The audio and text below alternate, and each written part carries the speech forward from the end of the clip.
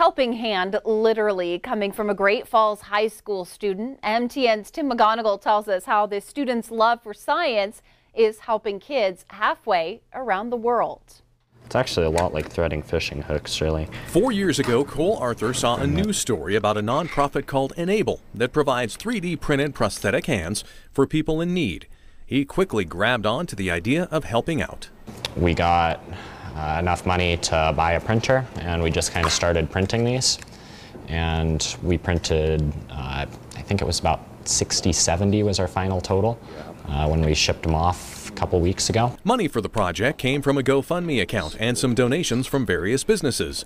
Expertise came from Cole's 3D printing experience at North Middle School. Labor came from family and friends.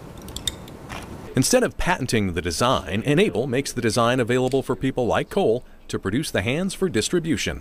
We had about 12 that were fully assembled and ready to go, like this one.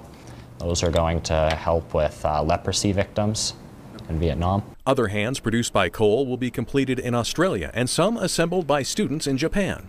Kids outgrow these hands as quickly as they outgrow shoes, so there's always a need for more of them. The project was painstaking, the production tedious. This is essentially what they come out of the printer looking like, and this takes about 7-8 hours to run on the printer.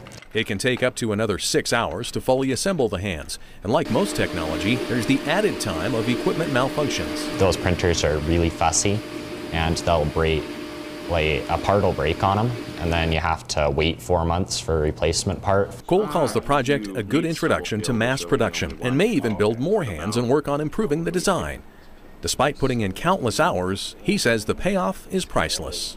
A lot of service projects, it's only really going to help someone for a couple hours or a few days, but something like this, it can really change someone's life.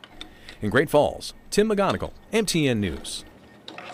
And Cole tells us that he'd like to study aeronautical or mechanical engineering someday.